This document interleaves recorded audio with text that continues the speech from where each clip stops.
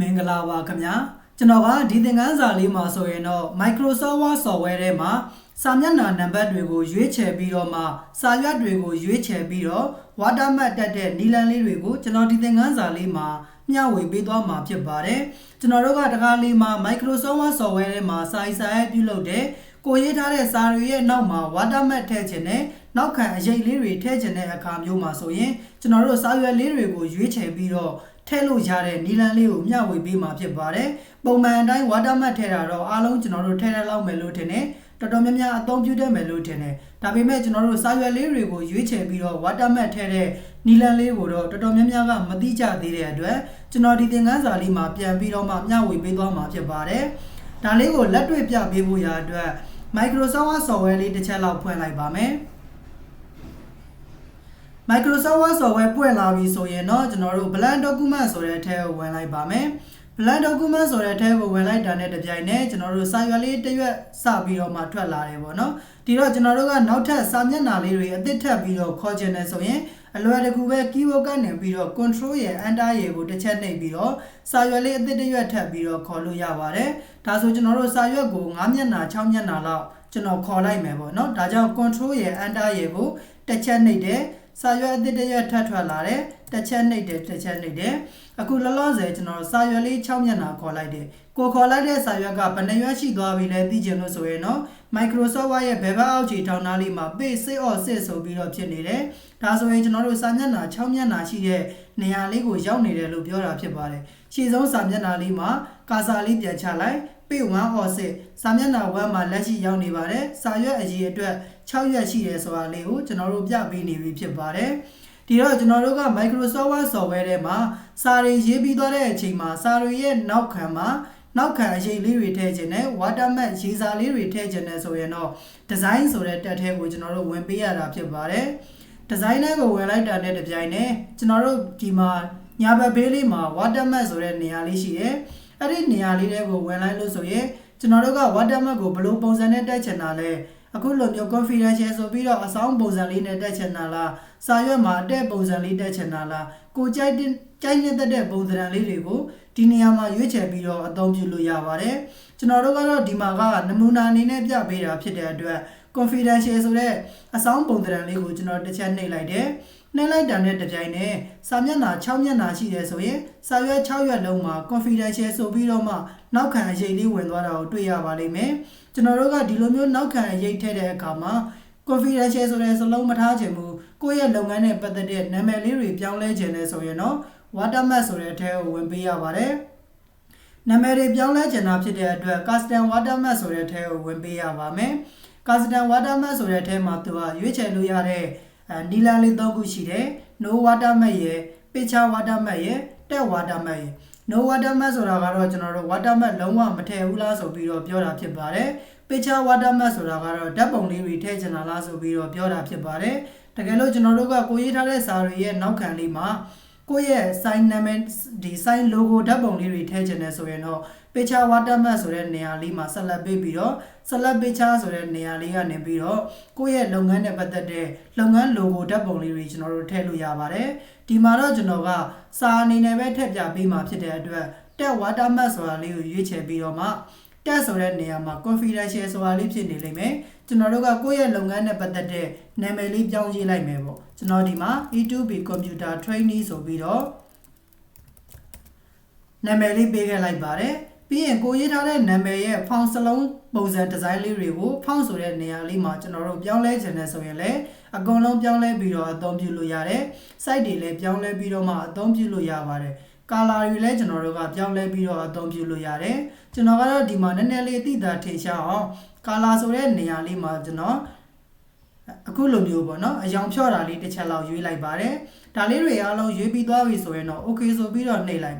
okay နှိပ်လိုက်တာနဲ့တပြိုင်နက်ဒီမှာကျွန်တော်တို့ WaterMark ရေးလေးသူကဝင်သွားတာကိုတွေ့ရပါတယ်ကျွန်တော်တို့ color အယောင်ကတော်တော်လေးဖြော့နေတယ်เนาะကျွန်တော်ဒီထဲကနေပြီးတော့ color ရောင်လေးကိုပြန်ပြီးတော့မှသိတာထင်ရှားအောင်အနီရောင်လေးပြောင်းလိုက်မယ် okay နှိပ်လိုက်ပါမယ်ဒါဆိုရင်တော့ပို့ပြီးတော့မှထင်းလာတယ်ပေါ့နော်အဲ့တော့လက်ရှိကျွန်တော်တို့ထည့်လိုက်တဲ့ WaterMark တွေကစာမျက်နှာ6မျက်နှာရှိရဆိုရင်6ရွက်လုံးကိုသူက auto ဝင်နေတာကိုတွေ့ရပါတယ်ကျွန်တော်တို့လိုချင်တာကဒီလိုမဟုတ်ဘူးစာမျက်နှာ6မျက်နှာခေါ်ထားတဲ့ ပထမဆုံးစာမျက်နှာလေးမှာတော့ watermark မထည့်ချင်ပါဘူးဒုတိယစာမျက်နှာမှာကျွန်တော်တို့ watermark ထည့်ချင်တယ်တတိယစာမျက်နှာနဲ့စတုတ္ထစာမျက်နှာမှာတော့ကျွန်တော်တို့က watermark ထပ်ပြီးတော့မထည့်ချင်တော့ဘူးပြင်စမမြောက်စာရွက်လေး9ရွက်မြောက်စာရွက်လေးမှာတော့ watermark လေးပြန်ပြီးတော့ထည့်ချင်တယ်ပေါ့ဒီလိုမျိုးကျွန်တော်တို့ကစာရွက်တွေကိုရွေးချယ်ပြီးတော့ watermark ထည့်ချင်တာဖြစ်ပါတယ်အခုလောလောဆယ်ထည့်လိုက်တာကတော့ပုံမှန်အတိုင်း watermark တက်တဲ့နီလန်လေးအတိုင်းပဲတက်လိုက်တာဖြစ်တဲ့အတွက်စာရွက်တိုင်းမှာသူက watermark တွေဝင်နေတယ်ဒါကိုကျွန်တော်တို့ကစာရွက်လေးတွေကိုရွေးချယ်ပြီးတော့ watermark ထည့်ဖို့ရာအတွက်ဒီရဲ့ watermark ပုံစံလေးတွေကိုကျွန်တော်တို့ပုံသေးသတ်မှတ်ထားခဲ့ဖို့လိုပါတယ်ဒါလေးတွေကိုပုံသေးသတ်မှတ်ဖို့ရာအတွက်အရင်ဆုံးအနေနဲ့တော့အခုပုံစံအတိုင်းလေး watermark လေးကိုတက်ထားပေးခဲ့ရမယ်watermark လေးတက်ပြီးသွားပြီဆိုရင်တော့စာရွက်ရဲ့အပြင်ဘေးမာဂျင်နာလေးမှာဟရာဖူရာတက်တဲ့နေရာလေးရှိတယ်ဒီရဲ့စာရွက်ရဲ့ဘေးကလနာလေးမှာမောက်ရဲ့လက်ကလစ်နဲ့နှစ်ချက်နှိပ်လိုက်နှစ်ချက်နှိပ်လိုက်ပါနှစ်ချက်နှိပ်လိုက်တယ်ဆိုရင်တော့ဟရာဖူရာတက်တဲ့နေရာလေးမှာသူကကာဆာလေးမိတ်တုံဝင်သွားပါတယ်ဒီလိုမျိုးဝင်သွားပြီဆိုရင်တော့အပေါ်ဘားလေးမှာဟရာဖူရာဆိုတဲ့တက်လေးလဲတိုးလာပါလိမ့်မယ်ဒီလိုမျိုးလေးတိုးလာပြီဆိုတဲ့အခါကျမှကျွန်တော်တို့ watermark တက်ထားတဲ့ကိုယ့်ရဲ့ sign နာမည်လေးပေါ်မှာအခုလိုမျိုး mouse pointer လေးကိုတစ်ချက်လောက်ထောက်ပါမယ်ကလစ်တစ်ချက်နှိပ်လိုက်မယ်ကလစ်တစ်ချက်နှိပ်လိုက်တာနဲ့တပြိုင်နက်အပေါ်ကဘားတန်းလေးမှာ WhatsApp ဆိုတဲ့ဘားတန်းလေးတစ်ခုတိုးလာတာတွေ့ရပါလိမ့်မယ်ဒီတော့ WhatsApp ဆိုတဲ့ထဲကိုဝင်မယ်ဝင်ပြီးသွားပြီဆိုရင်တော့ဒီနေရာလေးမှာကျွန်တော်တို့ကစလုံးကာလာအယောင်တွေပြန်ပြီးတော့ပြောင်းကျင်တာလားအကုန်လုံး shape face ဆိုတဲ့နေရာကနေပြီးတော့ပြောင်းလို့ရတယ်စလုံးတွေကိုဒီလိုပုံစံအတန်းလိုက်မထားချင်ပါဘူး change shape ဆိုတဲ့နေရာမှာဝင်ပြီးတော့စလုံးလေးတွေကိုအကွေးပုံစံထားချင်တာလားကျွန်တော်တို့ဒီအောက်ကနေပြီးတော့အခုံးပုံစံလေးတွေထားချင်တာလားပေါ့နော်ကိုကြိုက်နေတဲ့တဲ့ပုံစံလေးတွေအကုန်လုံးဒီရဲ့နေရာလေးကနေပြီးတော့မှကျွန်တော်တို့ပြောင်းလဲပြီးတော့မှထားခဲ့လို့ရပါတယ်အဲ့တော့အခုလောလောဆယ်ကျွန်တော်တို့ဒီမှာဒီလိုပုံစံလေးတွေထားချင်လားကိုကြိုက်နေတဲ့တဲ့အကုန်လုံးပုံစံတွေဒီရဲ့နေရာလေးတွေမှာပြောင်းလဲပြီးတော့ထားခဲ့လို့ရတယ်ဒါလေးတွေပြောင်းလဲပြီးသွားပြီဆိုရင်တော့ဒီရဲ့ဒီဇိုင်းလေးတွေကြိုက်သွားပြီကာလာရောင်တွေအကုန်လုံးကြိုက်နေတဲ့မှုရှိသွားပြီဆိုရင်တော့ဒီဇိုင်းဆိုတဲ့တက်ထဲကိုပြန်ဝင်ပေးရပါတယ်ဝင်ပြီးသွားပြီဆိုရင်တော့ဒီနေရာလေးမှာ watermark ဆိုတဲ့ထဲကိုပြန်ဝင်မယ်ဝင်ပြီးသွားပြီဆိုရင်တော့အောက်ဆုံးလေးမှာကျွန်တော်တို့ save selection to watermark gallery ဆိုတာလေးရှိပါတယ်ဒီနေရာလေးတွေမှာနည်းနည်းလေးရေးကြည့်ပါတယ်တစ်ချက်လောက်သေချာလေးလိုက်ပြီးတော့မှတ်သားထားပေးရပါမယ်ဒီနေရာမှာလွဲတယ်ဆိုရင်တော့ကျွန်တော်တို့အဆင်ပြေမှာမဟုတ်ဘူးเนาะအဲ့တော့အခုဒီရဲ့နေရာလေးထဲမှာ save selection to watermark gallery ဆိုတဲ့နေရာလေးတွေကိုပြန်ပြီးတော့ဝင်လိုက်မယ်ဝင်ပြီးသွားပြီဆိုရင်တော့ name ဆိုတဲ့နေရာမှာကိုပေးချင်တဲ့နာမည်လေးတစ်ခုခုကိုပေးခဲ့လို့ရပါတယ်ကျွန်တော်ကတော့ဒီမှာ TESD test ဆိုပြီးတော့မှခေါင်းစဉ်လေးပေးခဲ့လိုက်ပါတယ်ခေါင်းစဉ်ပေးပြီးသွားပြီဆိုရင်အထက်ကအရေးကြီးတဲ့နေရာလေးကဒီရဲ့ category ဆိုတဲ့နေရာလေးပါ category ဆိုတဲ့နေရာလေးမှာ general ဖြစ်နေလို့မရဘူးဒီနေရာမှာတစ်ချက်နှိပ်ပြီးတော့မှကျွန်တော်တို့ urgent ဆိုတာလေးကိုပြောင်းပေးထားပါမယ်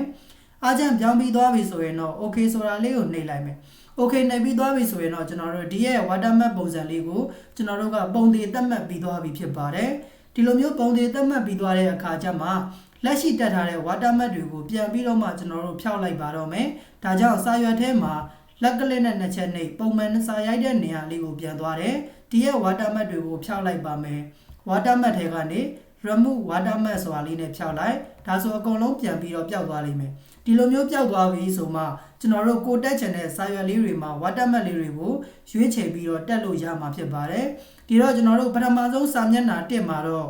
watermark လေးမတက်ချင်ဘူးဒုတိယစာမျက်နှာမှာ watermark စပြီးတော့တက်ချင်တာဖြစ်တဲ့အတွက်ကိုတက်ချင်တဲ့စာရွက်လေးမှာကာဆာလေးချမယ်ပြီးရင်တော့ watermark ဆိုတဲ့ထဲကိုဝင်မယ်ဝင်ပြီးသွားပြီဆိုရင်တော့ကျွန်တော်တို့ဒီမှာ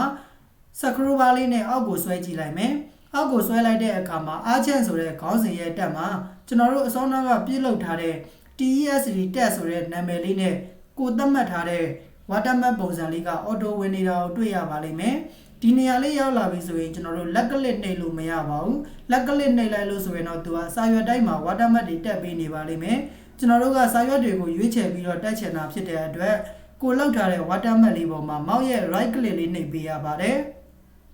right click နှိပ်ပြီးသွားပြီဆိုရင်တော့အပေါ်ဆုံးလေးမှာ insert at current document position ဆိုတဲ့စာတန်းလေးရှိပါတယ်သူ့ကို click တစ်ချက်နှိပ်လိုက်ပ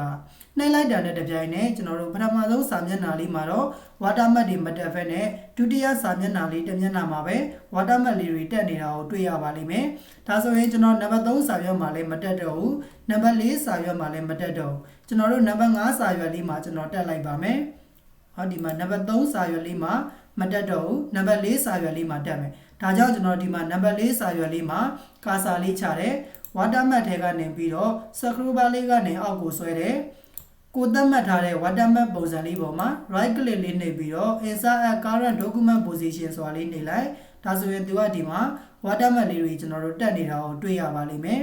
နံပါတ်6စာရွက်လေးမှာလည်းတက်ချင်ပါတယ်ကိုတက်ချင်တဲ့စာရွက်မှာကာစာချ WaterMark ထဲကိုဝင် screw bar ကနေပြီးတော့အောက်ကိုဆွဲချ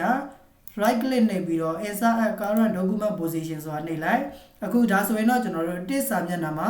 WaterMark မရှိဘူးနှစ်စာမျက်နှာမှာတက်ထားတယ်3မှာမရှိဘူး4မှာတက်ထားတယ်5မှာမရှိဘူး6မှာတက်ထားတယ်ဒီလိုမျိုးနီလန်းကိုအသုံးပြုပြီးတော့မှကျွန်တော်တို့ WaterMark လေးတွေကိုစာရွက်တွေမှာရွေးချယ်ပြီးတော့မှကျွန်တော်တို့အသုံးပြုလို့ရပါတယ်ဒါဆိုရင်တော့ကျွန်တော်တို့ဒီရဲ့သင်ခန်းစာလေးကိုအားလုံးနားလည်လောက်မယ်လို့ထင်တယ်ဒီသင်ခန်းစာလေးကလက်တွေ့လုပ်ငန်းခွင်မှာလည်းရန်ကိုအသုံးဝင်ပါတယ်เนาะဒါကြောင့်ကိုယ်လက်တွေ့လိုက်ပြီးတော့တေချာလေးရအောင်လိုက်ပြီးတော့လေ့ကျင့်ကြည့်ပေးပါအကယ်၍ကိုယ်လေ့ကျင့်တဲ့အခါမှာမရတဲ့နေရာလေးတွေရှိရဲကျွန်တော်သင်ပေးတာနားမလည်လိုက်တဲ့နေရာလေးတွေရှိတယ်ဆိုရင်လည်းကျွန်တော်ကိုပြန်ပြီးတော့မေးမြန်းပေးလို့ရပါတယ်အကယ်၍ကိုယ်လေ့ကျင့်ပြီးသွားပြီကိုလည်းအမှန်တကယ် Microsoft Word software ထဲမှာစာရွက်တွေကိုရွေးချယ်ပြီးတော့ WaterMark လေးတွေတက်နေပါပြီဆိုရင်တော့ဒီသင်ခန်းစာရဲ့ comment လေးမှာ DONE done ဆိုပြီးတော့ရေးခဲ့ပေးပါအောင်ခင်ဗျာအခုဒါဆိုရင်တော့ကျွန်တော်ဒီသင်ခန်းစာလေးကိုဒီမှာပဲရှင်းနားလိုက်ပါမယ်အားလုံးအဆင်ပြေကြပါစေခင်ဗျာ